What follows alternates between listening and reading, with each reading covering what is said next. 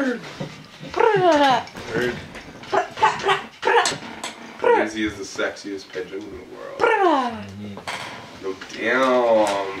Am I in screen pretty good or no? Yo, my friends Yeah. are never gonna believe I'm fucking my French teacher. Damn. Wait. Voulez-vous coucher avec moi? Woo! Yo, give it to him, baby.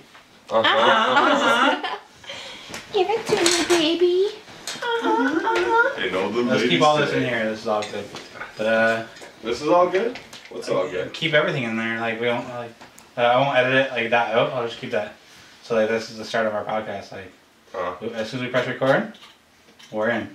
So we're on episode 10, and this is the only time we're actually gonna wrap it up. So We are the No Condom podcast. So right This now, time, we're gonna like, we are actually gonna wrap it up. wrap it up. So right now we're talking about chicks with dicks. Can't lie, a sexy chick with a nice dick is kind of hot. I mean, if like she still has pants on and she's sucking your dick and she has the titties, like, is that really gay? It's not gay if your penis doesn't touch another penis or a butthole. And like balls slapping together is not cool. So No. then, like you can't do the double penetration. That's just Yeah, like, is it gay if you don't know and then you find out after and you're That's not a good mad? question. And you're not mad! I had a good time. That's kind of gay. I kind of had a good time, but like I didn't know. I didn't know all the circumstances, but like I was enjoying myself. If you find out after and you're not mad, that's questionable. Okay, so we'll leave it at that. No.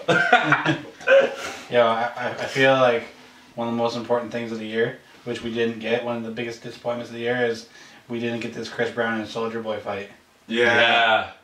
I was really hoping for that too. And I heard Chris Brown was the one that backed out, but I had him as the winner. I thought he was going to win. Yeah. Wasn't he the one training? No, Soulja Boy was the one training? there was two different boxers that were training like Each of them. each Yeah, I think they were both working with Mayweather was somebody. training one and Tyson was training one. I think Mayweather was training Soulja Boy, and Mike Tyson was training Chris Brown. But I think I remember that. I think Chris Brown would have won. Yeah, I think so. He would have done like some crazy flip and kick him in the face, like, you know. Because like he's He like, would've been like I think he needs to keep himself in the gym and Huh? shit. Like he's at least got the strength. And The shit. angle that he would hit him from, he'd be like, "Wow!" He's like crazy. Right? On it. Oh no! Party foul. Yeah. Poor one. That was for Prodigy. Yeah, that was for Poor one. Prodigy. Yeah. Speaking of that, actually, You know, I'm not off the joke though. Like Chris Brown would run it. Chris Brown would run it. Yeah. But Joe, Yeah, do a little splits when he tries to Soulja Boy tries to hit him or something. Just whoop, pops back up. speaking of our The only time Prodigy, they would crank the Soulja Boy is when he was like on his way in to the ring. Like they wouldn't crank the Soulja Boy like any other time.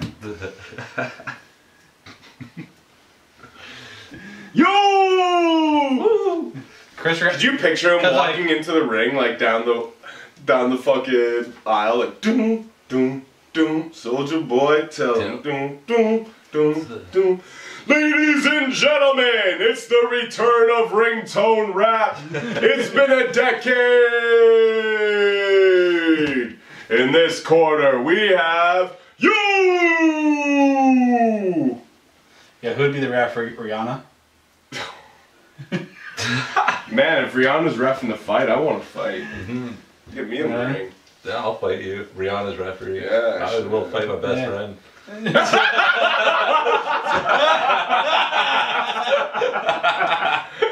C-Rag versus Right. Malone. Yo, yeah. Get Riri in For there. this episode, though, one of the biggest pictures of the year was Rihanna in that. We're not talking about Barbados. that again. We're not talking about that again. But like, I kind of wanna, cause like, Yo, Alicia, what you saying? About Rihanna? No, like you want to go fuck? Well, that's a whole nother story, of course. Chris Brown had a big year. He tried to holler at Rihanna again. Yeah. Can you blame him? No. I mean, I'm trying to holler at Rihanna. She watches the podcast for sure. Yeah. Yeah. What we need to do, Ian got one. You know, back when Royce did the Shady Cypher? Yeah. And he's Hi Rihanna. Yeah. We went to see him live and he had Hi Rihanna shirts. Hats. Yeah. And Ian got one. Didn't you? Yeah. Oh yeah, I got one. Yeah. Yeah, That's the fire. high. He has the It was Hi Rihanna hilarious. hat. That's fire. That is fire, right? Yeah. I like to get high with Rihanna. Babe, Buddy. would we have an excuse for a threesome if Rihanna was involved? Definitely. Yeah, there you go, right there. Even girls want to fuck Rihanna. Right? Yeah. That's on God right there. Thank you, Jesus. I got Jesus on my dick. No. Mary, take a lick. Well, But we're on this. speaking of Prodigy, no, let's get into this. Okay. 2017, a lot of people died. Yeah. I had to write them all down, it was so crazy. So first off, you had Tom Petty, Lip Peep. Wait, did you say Lip Peep? Wasn't it Little Peep? I misspelled it in the notes, and I just thought because he was so like, and no disrespect to the dead, but unimportant to the hip hop culture, that I would just mispronounce it live. That's actually so disrespectful. I'm sorry. That's pretty mean. Sometimes we gotta watch ourselves. Like we get pretty wild sometimes. But We say for some real, shit. Yeah.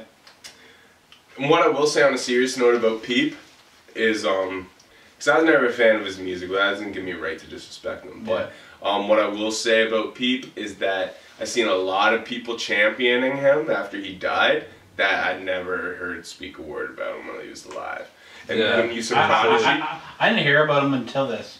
I had heard about him, but I hadn't heard. I heard about him, like, I'm not gonna lie either, like, I'm not gonna sugarcoat it because he passed away, but I heard about him on some joke shit. Like, I had a couple homies, like, pass me the joints and be like, yo, check this shit, it's so whack, like, you'll laugh, like, you know what I mean? So, I don't know, but people liked him, so no disrespect to Lil Peep. Yeah. This is a tragedy. He was a young dude, you know, so, you had Peep, you had Prodigy, which actually, that's almost a Prodigy effect, too, because when Prodigy passed, you had all the, you know, the BT Awards threw together the little half-ass tribute to him and stuff, and it's almost the same effect. It's like Master P went off on him, and he was saying, like, you know, basically what Nori's always saying on Drink Champs, like, give us the flowers while we're alive, don't give it to us when we're dead, right? And that's almost, I've seen that same effect when Peep died. I've seen a lot of people giving him props when, like, I didn't see anybody giving him props. It happens with everybody, though. Yeah, but it's like, it's just so fake, man. Like, that shit there was fake because it's like, I don't know. It's just with him, it was really fake. I've seen a lot of fake shit. Yeah, and then it was like everywhere. Like when he died, it was everywhere on social media. Before that, he was nowhere. Like, but it brought up an important discussion too, because it did bring up the discussion of mental health. Mental health and drug abuse, man. Drug abuse, yes. Like they were saying on Everyday Struggle how like his Instagram was kind of like a commercial for drugs, like, and it was kind of like, and he was kind of like hinting that like he had problems, like on his Instagram, like. That's why I think like, and like even people make jokes and stuff like that when they have problems. It's like sometimes you gotta catch that, be like. And check your homie and be like, what's up? Like, because he had people around him, like he was popular, so he had people around him. So someone should have been looking out for him. I think like more people just need to say like, yo, like how are you doing? Like, you know, like not just like, hey, what's up? Like, hey, how are you doing? Because like I remember like one of my best friends, Dave Escobar. We were out for sushi a little while ago, and like he was just like, hey, like how are you doing? Like, how was the family? And then like after like 3 questions, I was like, it kind of felt like I was like, wow, when was the last time somebody said this to me? Yeah. You know? And I was like, I appreciated it, you know? Like I was like, wow. Like, you know what? I got a few homies like that too, man. Ace is one dude who always asks you how the families do. Like, I'm horrible for that shit. Yeah. But the thing is, I don't really know people's families. Like, if anything, Ian, C-Rack, We don't refer first. We don't. C-Rack. Yeah. He is one of few people I should actually be like, yo, how's the family? Same with you, like, you know what I mean? How is the family? How is your family, by the way? Yeah. Mine's good, but your family good? Yeah, mine's good. And the thing is, with people I'm not close with, I feel like there's... It's such a simple question. It is, and I... But it's like, it's something that needs to... I know what you mean. But I feel like when you have that tight of a bond with people, generally you know when something's not right. Right. Because homie's probably gonna holler at you and be like, yo... Like, some shit's going on right now. Like, you got, like, a few people you talk to about some shit, and you're like, you know, like, Rack knows I'm there anytime he needs to talk about something, as to where I know Rack's there anytime to be like, yo. You know what I mean? So, like, I feel like generally that's, like, the prominent conversation when there is a problem. You know what I mean? But at the same time, we're not Oxycontin or whatever, abusing, borderline suicidal people. So... You know, and Rack's seen me through enough problems, and he's probably one of the people I talk to the most about a lot of shit, you know what I mean? So, I feel like that kind of conversation too, as much as I agree with you 100%, like, I guess that's my justification for being a shitty friend. You know what I mean? Is that I feel like a lot of times, like, you know, when you have that type of bond with someone, a lot of times they'll tell you when there's something wrong, you know what I mean? Yeah. I don't generally ask people like, yo, how's it doing? Not always though, man. Not but always. It depends too, because like I see people like Rack regularly. Like I don't know what you and your homie Escobar's relationship's like, right? But I have other friends who I may not see in like 5 years, right? Yeah. And so I might be like, yo, I was like, you know, so and so doing and this and that, right? So it all kind of depends. I feel like, but I agree with you 100%. Like, because I have buddies who do ask those questions, and you do appreciate it. Like I got another buddy, Soup, and he's the type of dude that asks those questions. But I'm never really the one to return those questions, you know what I mean? Yeah. And it makes you feel kind of like guilty at the end of the day, because you're right, that is an important aspect. But I feel like at the end of the day, if I seen Soup and he was like, you know, I was like, yo, how's it going? I feel like if someone was not doing well, he'd be like, shit, like, he'd tell me, and I'd be like, damn, you know what I mean? So I always find like I don't say it enough, because like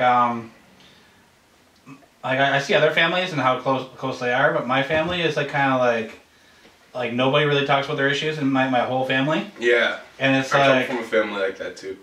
And it's like we don't ever talk about it. So then like it's usually the friends that do say that, they come from like tight families. Yeah. I agree with you. I have a tight at-home family, but as far as the outer-bound family goes, it's not very tight, and that's exactly what it is. Growing up, I learned a lot about the inner turmoil. Like in my teenage years, through hanging out with different aunts and different uncles. Like I almost consider some people relatives, not family. Yeah, I agree 100%. And some people that aren't relatives that are family. Yeah, 100%. I could not agree with you more. And that's exactly what it is. And because there's like inner turmoil shit from your own family you don't realize. So you're like a teenager and you're old enough to realize. Yeah, exactly. You're like, holy shit. This happened and this happened. It makes you look at other people differently that you didn't look at in a certain way, but once you learn the history, you're like, shit. Like, and I'm not gonna say any personal shit further than that on air. Yeah. For respect of people in my family, but like, there's definitely direct examples I could use that are like, you'd both agree. You'd be like, yeah, I wouldn't look at motherfucker the same either. Yeah. But, and like, I love how we lost Q. Well, we lost Q. Right now we're talking about 2017, but you know what? Sometimes that's what makes the podcast, is the side topics you get lost in. Oh yeah, for sure. So either way, what we were talking about, no disrespect to Lil Peep for calling you Lit Peep. That was a big thing, even though I felt like he wasn't that, like he was probably like the least notable musician to die out of this whole list I'm about to name. Yeah. But it almost had one of the biggest impacts. At least in our generation, which is kind of weird. Yeah. But aside from Peep, you had Prodigy, who you spoke on, which is what brought it up. Rest in peace, Prodigy. Legacy in hip-hop, undeniable. Then you had Hugh Hefner. Yeah. Legendary. He's a legend, man. He is a legend. Do you guys know how old he was when he died? I'm not actually like late sure. 80s or into his 90s? Yeah. I'm not positive. Right around there though. That's crazy. They're pretty old. But he got isn't what made Playboy big? The naked pictures in Marilyn Monroe. I think so. Yeah. I think you could be right. Yeah. That was like. Yeah. Like Hef been pimping on him. You know what I'm saying? Yeah. He was 91. In 91, shit. okay, I knew Yo, right see, around there. look, shout out to Yeah. Alicia. She's behind the scenes right now, so she can do our Googles for us. Yeah, that's good to have. That's dope. That's dope. Salute. Yeah, but like even like nowadays with like the race being such a huge thing, like he didn't have a problem having like different ethnicities on covers. That's one thing he was actually really well known for. So Hugh Hefner, and another thing I respect about him too is like he'd have women posing naked and stuff, but he was never like he was never like hustler. He was never like he didn't have. They still looked classy. Yeah, I was gonna say it was classy. Like it would be nudity, but it was classy nudity. As to where like hustler and shit, you got like spread eagles and shit, and you're like, oh, that's what the inside of the pussy looks like and shit. Like, you know, that gives you the whole nother like level to where you start to desensitize yourself to what like the internet became, like the ruthlessness you find on the internet. Like we make these bukkake jokes and shit. Like that wouldn't exist without what was the fucking dude's name from Hustler? Larry Flint. Larry Flint. Yeah. Larry Flint. Without Larry Flint, you wouldn't have that desensitization. I don't feel like, at least not to the degree, because like pornography prior to that was classier. Yeah. You know what I mean? So people can hate on Hugh Hefner, you know, because I've seen a lot of people saying some like, you know, it was like a love-hate thing. It was a love-hate thing. It was definitely. But I feel like he did what he did in a respectful way, and as much as I actually personally, like, in no disrespect, I know a lot of gay people and I have nothing but love for them, and any decision you make is your own. Like I love y'all. Like, you know what I mean? Like I'm, especially now, like in the last few months, I've become closer with a couple gay people than like I've ever been, and they're great. Like your relationships are great, like great people, like, you know what I mean, 30-year plus relationships and stuff, and like if that's what makes you happy, that's what makes you happy. But at the end of the day, I still have my personal view on it, and I feel like homosexuality and stuff, I don't feel like is exactly natural, and it's not to a disrespectful degree, but it's to the degree of Mother Nature. Like at the end of the day, you know, dolphins will have same sex. You know what I mean? Yeah. The most intelligent creatures on our planet with the highest IQs have sex with the same sex. But other species, if you look on the IQ chain, do not. And the thing is, you won't speak? We died? So turn it off and turn it back on. No, I mean like the camera's dying. Oh yeah. Yeah. Oh, like the battery, like the red, yeah. Take 2 breaths. Rest in peace, Hugh Hef. 2 breaths? Or 2 breaths? I'll take them both. Alright, yeah. That applies. That applies. Like they both apply. So rest in peace, Hefner. You know what I'm saying? Chris Cornell, Malcolm Young, AC/DC. I'm not gonna lie, I hate AC/DC. The music's whack. It's all 4 chords. It's all the same shit. I wasn't really on it. I'm not big on AC/DC. I mean, they're not whack. A lot of people like them. They made like music that people like, so they're not whack. But I've just never been an AC/DC fan. So, but either way, tragedy. Rest in peace, Malcolm. Big Bang Hank, Sugar Hill Gang, because it's the hip hop, the hip to the hip hop. You don't stop. But the first rap single to ever come out was a bite. They were biters. Yeah. You know, biting's been existing in hip hop since day one. Yeah. But maybe with Big Bang Hank gone, that'll be rest in peace to the biter in hip hop. Hopefully, but probably not. Yeah. No. Rest in peace, Big Bang. That. I'm not the person to talk about that. I'm sorry. No. Gord Downey, that was a tragedy. Definitely. Yeah, like legendary. Like, tragically hit, man. I seen them on New Year's when I was like 19 down. No, down you seen them live. Yeah. Alicia seen them live too. Oh man. Twice. It was awesome. No, just once. Just once? The tour Okay. prior to like his last one I saw, Unreal Live.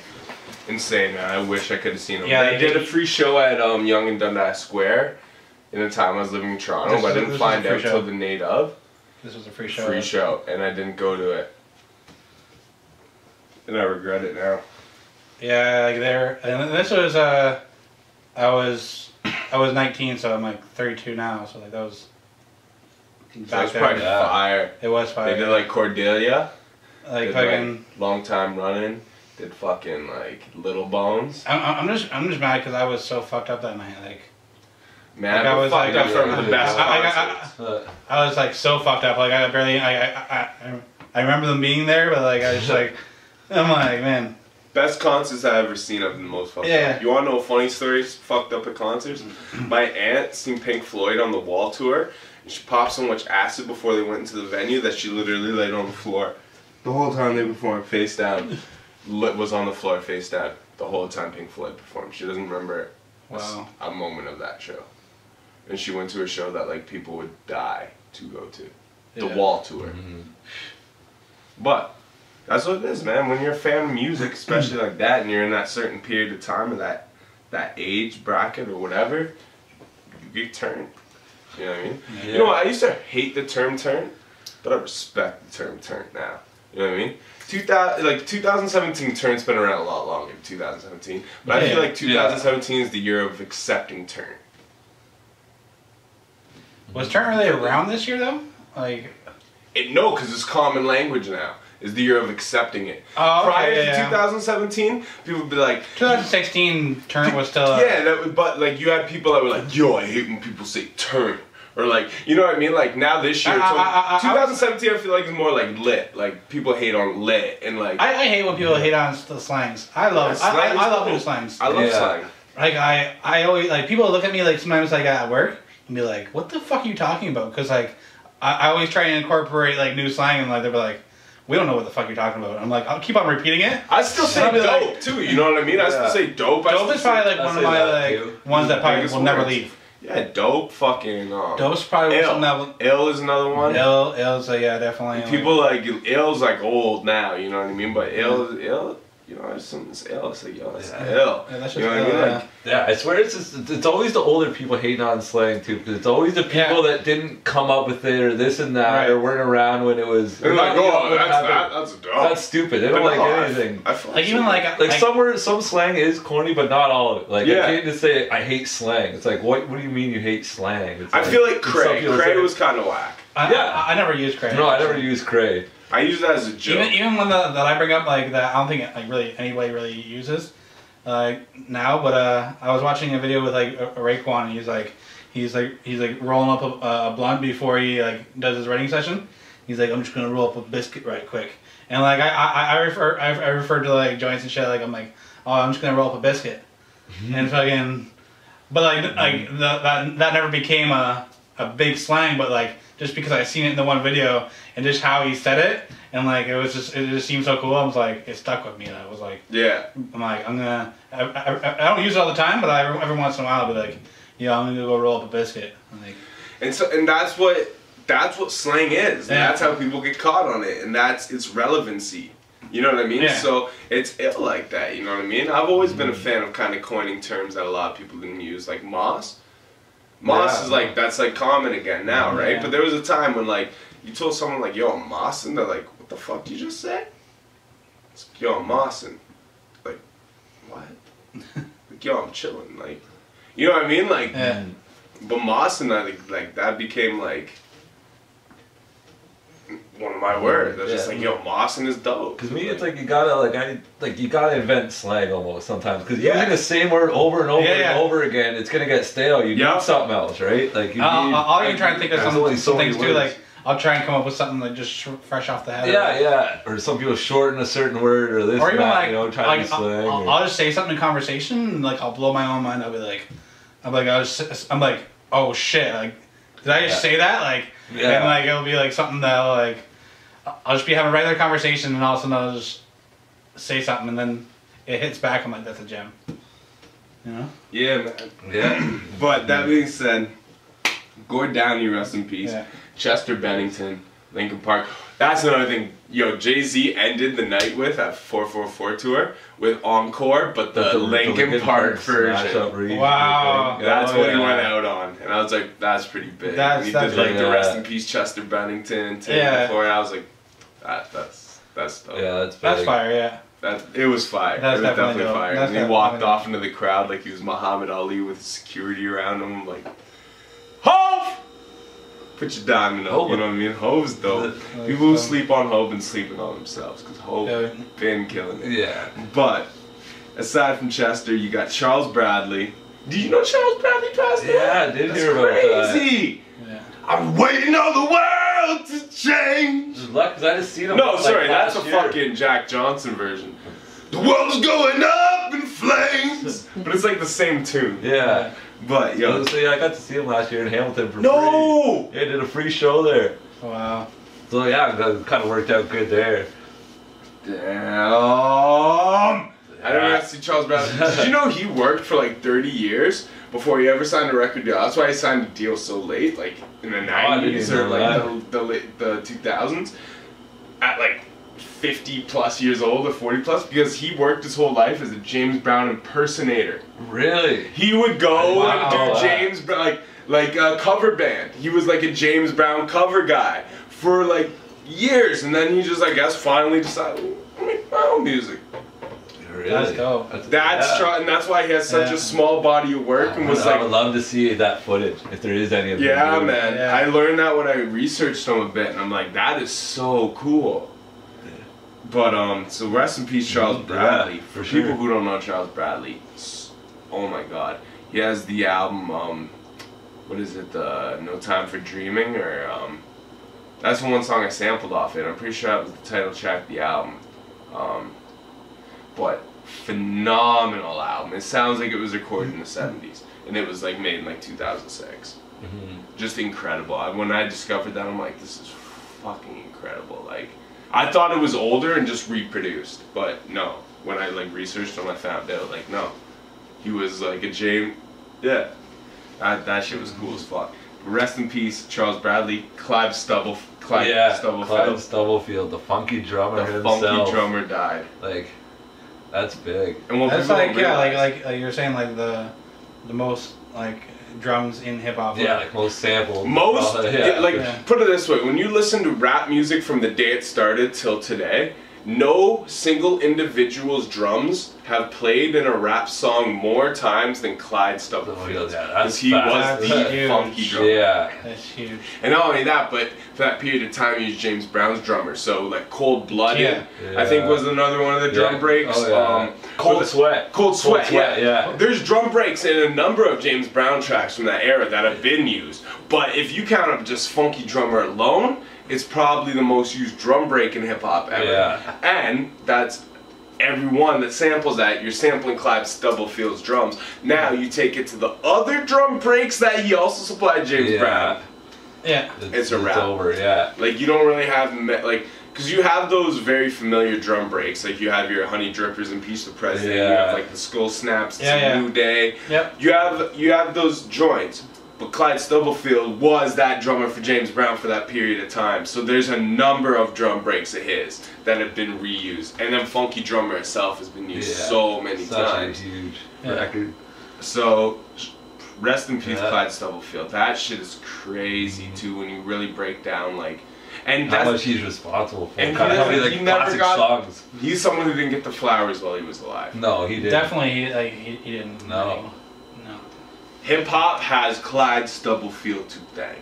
Yeah. Yes. And actually, right now, I feel like who's got liquor? What are we drinking here right now? Because we all need to do a drink. We all need to raise a glass. Yeah. Like legit. What do we got here? We're not opening that wine right now, Wendy. Do you want to drink that? Oh no, I'm good. If you're not having red wine, we're not having red wine. Isn't that your drink? Yeah, I thought you were making it. No. What am I gonna do? Why? You want a drink? Baby girl want a drink, but alright, let me come back into focus for a second here on this camera. We're doing a drink for Clyde Stubblefield.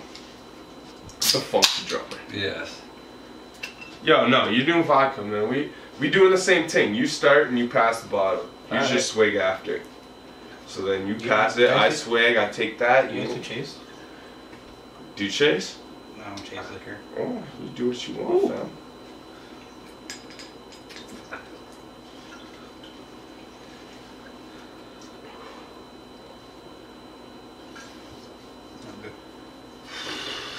Get him. Rest in peace, Clyde Stubblefield. Yeah, and the last person, Fats Domino, died. That's your last person? Yeah. Oh, I'm adding. Who? Keep going. Who else died? Roy Halladay. Who's that? Baseball. Plane crash. Yeah, we're talking. Huge. Just music. Tom Petty. I said Tom Petty. You did? The You already first did name. that one? Okay. Yeah, that's a tragedy. Q from World Star? Yes, Q from World Star. Yeah. World Star on my list. She's gonna start bringing up athletes. That was a huge one. That was okay. awful. You know what? Yeah, for the people who like sports and shit, like That was the worst. Holiday, that's pretty big. Remember the last time we talked about sports and it wasn't really a good segue? We don't have segues from sports because I don't watch sports. I don't even know how much you watch the sports because I watch sports so little that it's just always been like, alright, I can talk about sports. I don't need to watch sports because I got game. Woo! I watched the highlights.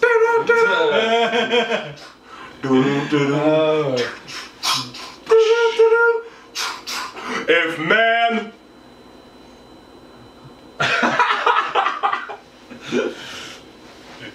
Yo, man's not cold. Even though I'm wearing a sweater, man's not cold. don't freestyle much, but I write them like such. Word! Hey yo, who got game? He got game. Where's the game in life? Behind the game, behind the game. Well, I got game, and he got game, and he got game, and she got game, and we got game, and do it sound good. Fuck the game if it ain't saying nothing. Yo, you know what's dope about the game? Rap beef. Yo, you know what? Speaking about the game Rap Beef, so in 2017 we had an interesting year for Rap Beef. Yeah. You had Mason Cam, which we just talked about on the last podcast, but that's the most recent. You had Remy and Nicki. Yeah. And you had Jay-Z and Kanye. Yeah. Rick Ross and Birdman. Ah, the Rick Ross and Birdman. Yeah. No, I don't even know if I buy into this whole Jay-Z Kanye one. Yeah, man. Like, it seems like I can see them on stage in the next year or two together. Like they were just on stage. Oh, really? Okay. Yeah, Oh, so see, it already started happened. happening. Oh, fuck. But They're cool. They're cool. Oh, wait, hold on. They're already squashing it. A beef that's been around forever, but it re-sparked this year is the 50 and Irv Gotti. Oh, really? That's always re-sparking, though. Anytime one of them talks about the other. But it was more this year. Because 50's so petty. But He's like, yeah. But then, like, Irv Gotti's on Everyday Struggle, and he's like, 50's been saying he's gonna slap me for like fucking 15 years. 15 years, and he hasn't done it yet. You know what? You're right. So it was more of a thing this year. It was more of a thing this year. You are correct. So it came back. You are correct.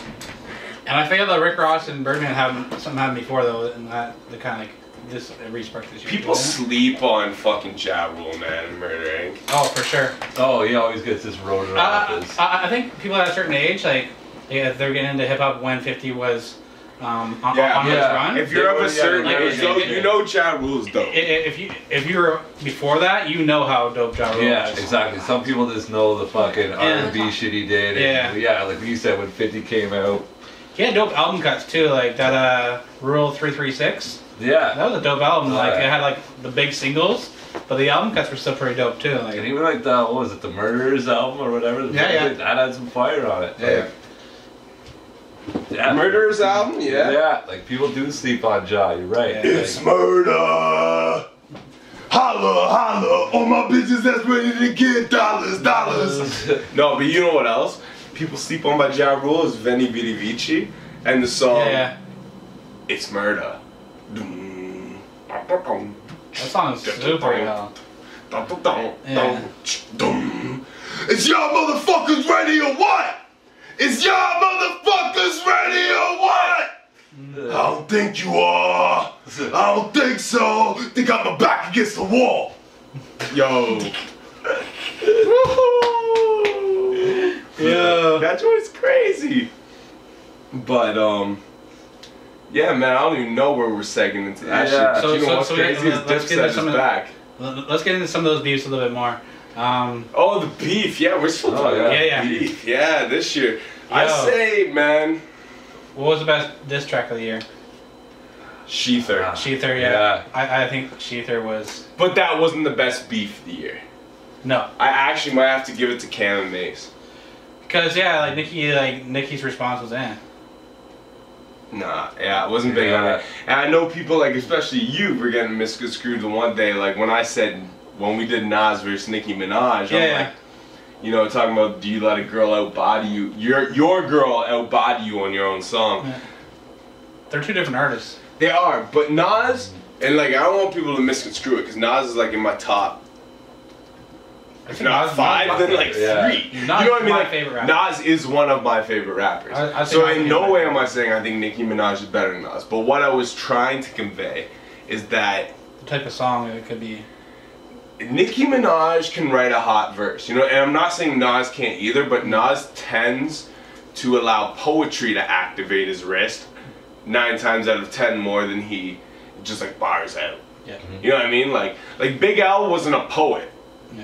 He was a punchline, bar for bar, throat-sucking rapper. Like he was like a battle MC on record, except he could talk about a topic and it would still be like he was battling that topic. You know what I mean? Like he would speak about like street life, and it wasn't just like a verse about like looking at the streets poetically. It was like he was battling the streets. You know what I mean? Like the way he constructed the bars, it was like there were stingers. Like it was just like.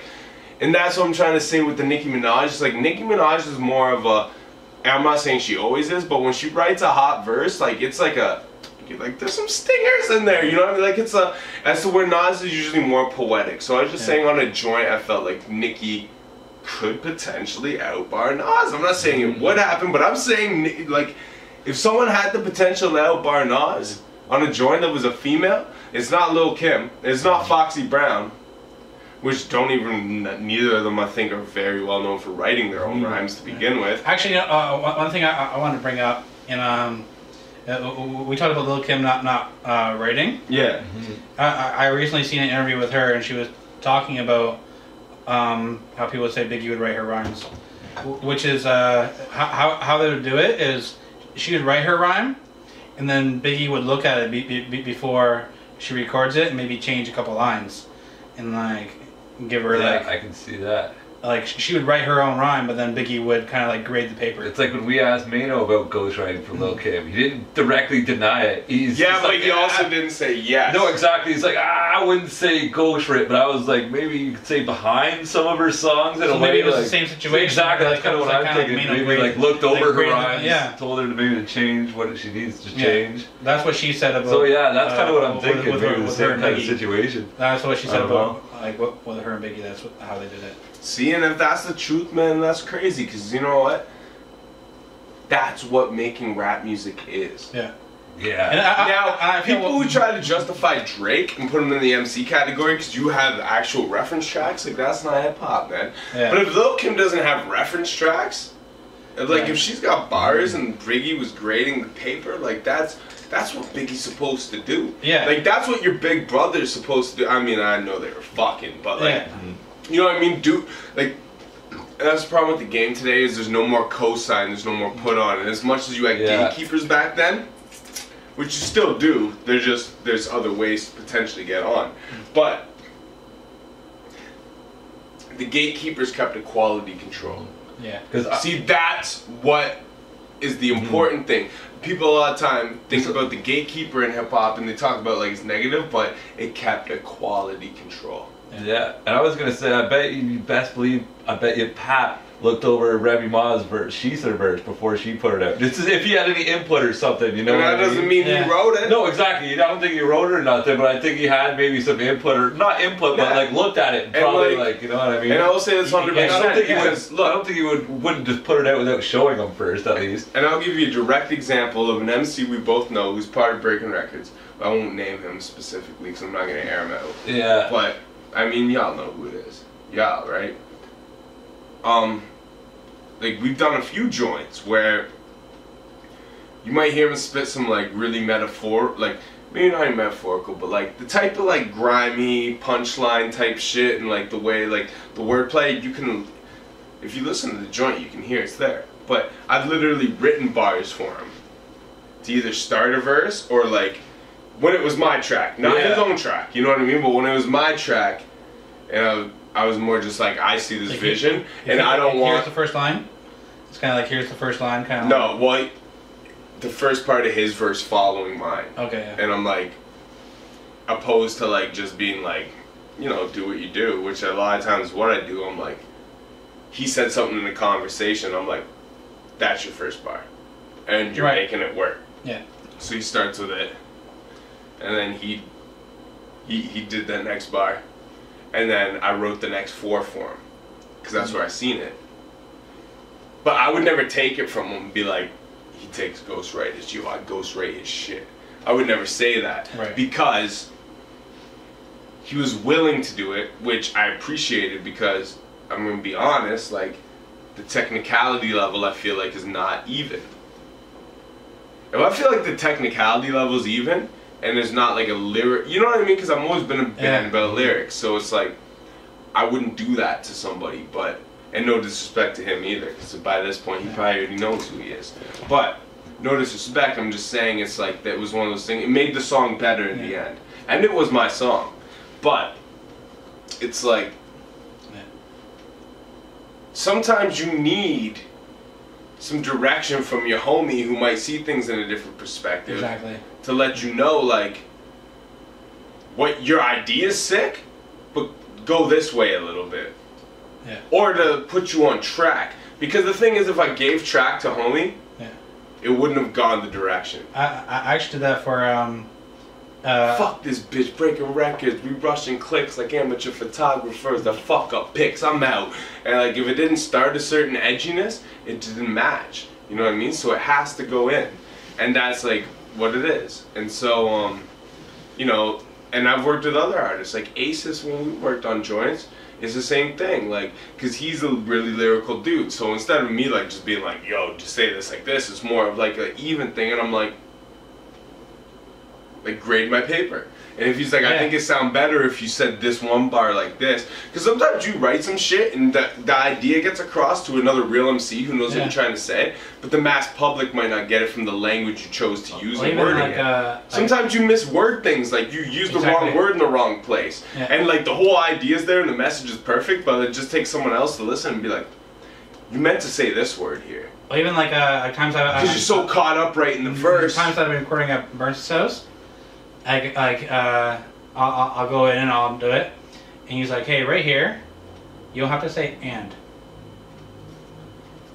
And like, I'll be like, okay, I'll take that out, and it does. Just too many ands is whack. Or just a simple like one word, like you're like, you don't need to say that to explain it. Like people will get it like without this word. Yeah.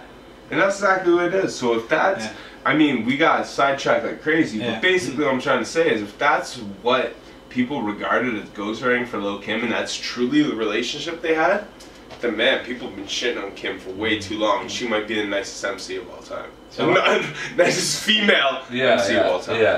Well, I know what you mean. Lauryn Hill though, and you want to debate that. Yeah. You don't think Lauryn Hill's nice? I think she is nice, and I just don't think she's always like, when people say top female of all time, female MC, it's always Lauryn Hill. Yeah, but who's better? Who's better? What? It's fucking, I don't even know, but MC Light. It's hard to say. I just think there's so many people that get slept on in the female MC. Like even like I would say like Missy Elliott doesn't get the credit she deserves. But she's not that dope lyrically. I think she is though. But people only know like her singles is what it seems. Everyone's like, yeah, she's just the work it and the gossip folks and stuff like that. Lyrically, she might not be, but like her style, the way she does it, she's original as fuck. Yeah, like super. Yeah, I guess kind of her style. And I agree with you on her style. You're right. Missy does not get the props she deserves. Yeah. And actually, us speaking about this, but I do think Lauryn Hill did like Miseducational Lauryn Hill is probably the best female like rap album. Yeah. Like I'll give her that. So it's hard to say like.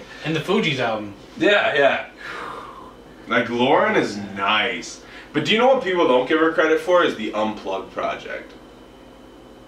I don't think I've ever heard that actually. Yeah, the live one. You know my song Guilty? Yeah. That's Lauryn Hill sampled from Unplugged. As well as, you know, Kanye West. It all falls down. Yeah. That's from Lauryn Hill. Oh, it's not. Okay. I'm telling you, when we turn this off, are you coming to my parents with us after? I don't know. You know, if you are, then we just do it there. But you will hear Lauryn Hill Unplugged and you will be like,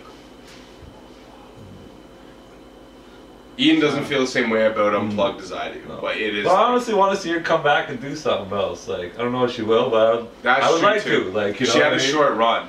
The project she dropped, it's like Eminem theory, except Eminem kept going. Like, if Eminem quit I'm gonna be generous here because I really love the album, but Relapse, some people would say Eminem's show. Other people, I know what you're gonna say though. Yeah, like if he would have like went off on that, yeah, that he would have been looked at like really even. Like Lauryn Hill had like the score and Miseducation. And that's it, and then Unplugged. And Unplugged. I think that was Yeah, I think that was just kind of my issue with her. Is just how little of stuff. Because the shit she did put out was good. Like I can't take away from that. Yeah. Like the score. Do you know what's doped about Unplugged though? See, because a lot of people, when you see an artist unplugged on MTV, it's all material already used to, just like acoustic or like live, right? So people sleep on Unplugged, but Lauryn Hill's Unplugged is all new material. She doesn't do her old songs over acoustic. It is all brand new material, and then that material, after Unplugged, never rematerialized in full song. So it is literally an album full of her playing an acoustic guitar and doing songs that are in the works that never. So maybe that's what she should do. That's what I would like to see. I think one of the biggest even if it was those old songs. See, if she reconstructed those songs as fully produced songs, I think people would be like, holy shit. I think one of the best Unplugged was probably Nirvana. The Nirvana Unplugged stuff. I know that one. Yeah, that was pretty. But I say, I'm being 100 with you. Lauryn Hill to me had the best Unplugged. Definitely check that because everyone else, like Nirvana, you got a few songs that weren't currently existent. Like what was it? The Man That Sold the World. I don't know. There's a few songs that end up actually becoming singles off Unplugged because that's where they were released, and then they just never redid them. Kurt Cobain also died shortly after that. But Lauryn Hill's Unplugged is. It is just a listening experience of music, man. It is absolutely fucking phenomenal. So what do you guys think about It's her sitting in front of a crowd with an acoustic guitar, feeling awkward, and just rapping and singing all these songs off the top of her head. And she even says like, you can tell she was feeling awkward. And she was sick. Oh, she was. Oh, okay. Oh yeah. And she did all the it is just absolutely phenomenal because it captures one single day in time. What do you got? You got a few seconds, stop it and restart it. Like a mall, my dick, shriveled like my balls. Yo, dick. Shit. Looking like a mansion, my dick, smaller than the Hansons. Yo, dick. Were the Hansons brothers or sisters? Hanson reference? Was the Hansons brothers were they brothers or sisters? I don't know. I think the two were sisters of the one brother. Okay. Yeah, we're back. Mad Yo, we back. Madness. Bear madness, fam, yeah. Original. Yeah. Pussy liquor. Me, yeah. Oh, Jama, yeah, the pussy liquor. Yeah. Oh, yeah. Yeah. Yeah. Yeah. Alright. I get in there like it's a punching bag. Like, what about Dipset, Dipset, Dipset, Dipset, Dipset, Dipset, Dipset, Dipset? Yo, Dipset is back. Joel's dip, Santana set. 40 grip. Tex. Yo. Throw down your set. Dipset. Yeah, this has been a big year for Dipset because what was the first thing that was it the? Do you know what the hottest shit? The Jim Jones interview on Flex was that what started? Do you know what was the hottest shit in 2017? It kicked the year off. Okay.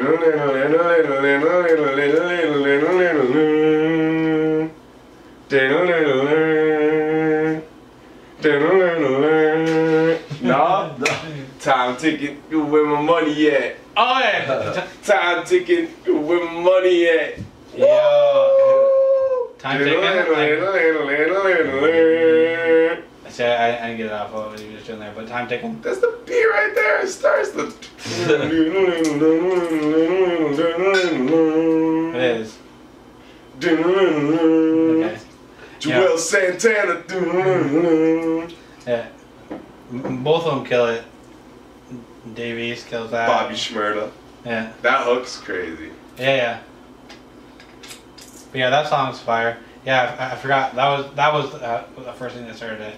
Yeah. And then it was the gym interview, right? Yeah. That gym interview? Well, no, Jim and Cam going at each other, in the beginning of the year. Yeah. Like where Jim cried. Yeah. And then Cam came back. That was on Instagram Live. That was a dope interview. Sure. That was a dope interview. Like he was really he was crying, but he was like on some other like brother shit, like kind of like on some like not just crying like a. No, it was real. It was a real thing, and like real emotions, and like I thought it was dope that he went that far to show like the family, right? Like that just showed me that Jim Jones is real. You know what I mean? Like I was like definitely. Yeah. That made me gain respect. Like people try to clown Young Buck over the tape phone. Like that shows how petty 50 is. Yeah. Yeah. Phone call. Taped that. Yeah. Like, that's so petty. Yeah. Like just in like I'm gonna use this in my chamber if I ever have to get at you. Yeah. Like you cannot trust a dude that petty. No. Like 50 is more petty than Cam. Yeah. Yeah. That video released with Rick Ross's ex and stuff having sex or something like that. Oh yeah. Like, and then talking over it. He had to he got sued for it. Yeah, he got shit for it. Yeah. You know what? I always thought 50's commercial records ruined 50. Now I think of it, I think it was just pettiness. Yeah, I can see that. You can't succeed being that petty. Yeah, that petty. Yeah. Like he is so petty. Like we love him for it. Like being petty is even human, it almost seems like he's been super petty even with Gino and guys like talking like, oh they're not working like. Cam was more petty like outside of like his, like he was a little bit petty with Jim, but like he wasn't petty to the level that he was with other artists. He wasn't recording phone calls. Yeah, exactly. Like, yeah, exactly. Like, yeah, 50 will be petty with anybody. To the degree Young Buck's diss to 50 Cent was named Taped Conversations. Don't you remember that joint? That is crazy. Yeah, like that's too much. You're taping people you're cool with. Like he was cool with them at the time and shit, wasn't he? Like that's petty. Yeah, that's super petty. Like now, as a grown man, really looking back at it, I'm like, oh, wow, yeah. Like, damn. Did you peep the Once Upon a Time Dipset track that came out? No. It was pretty fire. I liked it. So is this my new album coming out? Yeah. It's a new album? I think so. It seems like they're getting there. Like, because I remember seeing an interview with Cam on K-Slay. And Cam's been rocking a Diplomat chain lately, too. Yeah, and like he was saying, like with Jules, like Santana, like he hasn't been in his bag a lot, but when they did the one song, a lot of people were hitting him up and saying, "Hey, like, you know, we want you back." And I think that's when he did the 3 tracks that he had the time ticking, and the other ones he put out around that time. And he had one with French that was pretty dope too. I can't remember the name of it. Joel's dropped a few dope joints at the beginning of the year. I feel like that shouldn't be slept on. Time Ticking, in the studio, Getting Blown Part 1 and 2. Can't remember the name of the French one, but it was dope. The video was kind of crazy too. There's one with French. I can't think of it either. I remember. And there's like Fab on it too or something. I think it was just French. Joel's did a few dope joints at the beginning of the year. And did you guys keep the program from Cam? Not yet. It's like a little bit off it. There's some songs on there that I'm like, eh.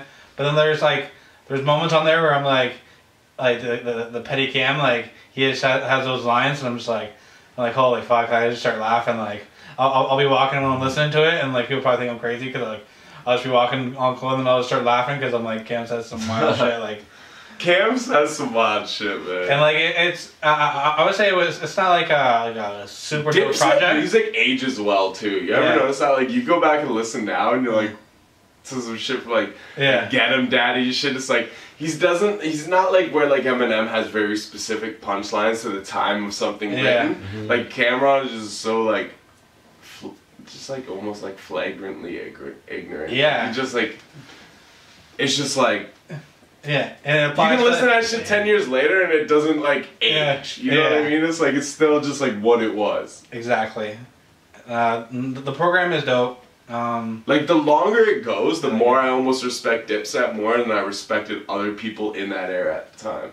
Like, I thought what they were doing was kind of like, I really liked the early stages of it, and then as it kind of went on, I was kind of like, hey, these guys are kind of losing their touch. But, like, to go back and listen to it, it ages better than a lot of the stuff I might have been comparing it to at the time. Right, yeah. Yeah, agreed. Yeah. Like, Dipset, like, they were dope, man. Definitely. Like, they were dope. And, like, even the program, it starts off with, It's killer. Like, it's right? killer. Yeah. Like, he says stuff. And then, like, even on the one song, Coleslaw, he talks about the Kanye dissing Jay-Z on stage and stuff like that. And he's like, if you said it and meant it, like, I seen them talking about it on Everyday Struggle, and they're like, who's, like, he's talking about, he talks about the whole situation. And they're like, yo, whose side is Cam on? And they're like, at first they're like, well, we think he's on Kanye because, like, the Jay-Z thing. But then, like, they're like, no, I think Cam's just on his side. He just wants to be, like, petty and just bring the shit up, like. Because, like, he tells Kanye, he's like, yo, if you said it and then meant it, like, you know, don't go back on it. Like, He's just, like, literally just, like, giving his 2 cents. Like, yeah, he's just fuck you both. Yeah. Pretty much. And on the program, the one, I think it had Just Blaze on it, like the one beat, and then, like, he says, "Oh, I just steal this one from you too." Really? Because, like, the situation with the old boy, when you guys know that story, eh? With it was originally Jay-Z's, and then Cam took it from the beat. Yeah. No, But this is what happened. But on Cam did the song to it. I don't know if the beat was meant for Jay-Z, but Cam got it. Yeah. They did "Oh Boy," him and Jewels. Then Jay-Z came in and laid a verse for a remix on it. Like we were talking about. But I think it was originally supposed to be, like, from what I heard in the story, like, it was originally supposed to be Jay-Z's, and from Just Blaze, but Just yeah. Blaze never got the chance to show him it. Yeah, because See, a lot of producers make deals like that. Like when I interviewed Royce, Boom was supposed to be the reunion for CNN. Oh shit! But Royce was in the studio with Prima 4, and he's just like, "No, Prima, you gotta give me this." And Prima finally is like, "Alright, man, I'll give you that beat," and gave him Royce Boom, and Boom became Boom. And then when he went and did the secession with CNN following, he had to give them the incredible, intouchable CNN. Boom, boom, like Boom would have been the reunion. Yeah. But Royce nabbed it. That's crazy. I dug that up, and that video has, like, probably the least amount of hits of any of the videos I did with Royce. And I find that crazy. I'm like, how is this not something hip hop heads just want to know? And, but that is so cool to me. Like, and with the Cam and Jay-Z thing, Kanye played H to the Izzo for Cam first, and then like a week later, he heard it on the radio with Jay on it, and he was like, "Yo, that was gonna be my joint." Like, so then that's why the thing happened with Oh Boy. He was like, "I'm taking this." And then when Jay-Z came in, did a guest verse for it without being asked, and then I think Cam showed up at the studio the one day, and Jay was there. He's like, "Yo, I got something for you." So he pulled him in the studio, and then like played Cam the Joy, and it was their song. And then Jay-Z with the verse at the end, and Cam was like, "Okay." And like Hope bounced, and then Cam like said to Just, he's like, "Delete that shit. I don't ever want to hear that again. Delete that shit right now." And so, like, because a lot of hip-hop heads are like, damn, what would that Jay-Z verse on Oh Boy would have been? If you look that's what happened. And then Jay kind of felt away about I was listening to that song, like, actually this week, and if you listen to it, Cam's first verse is dope. And then Jules comes in. I think he does better than Cam's first verse. But then it makes sense like that because then Cam's third verse is probably the best part of, like, the song.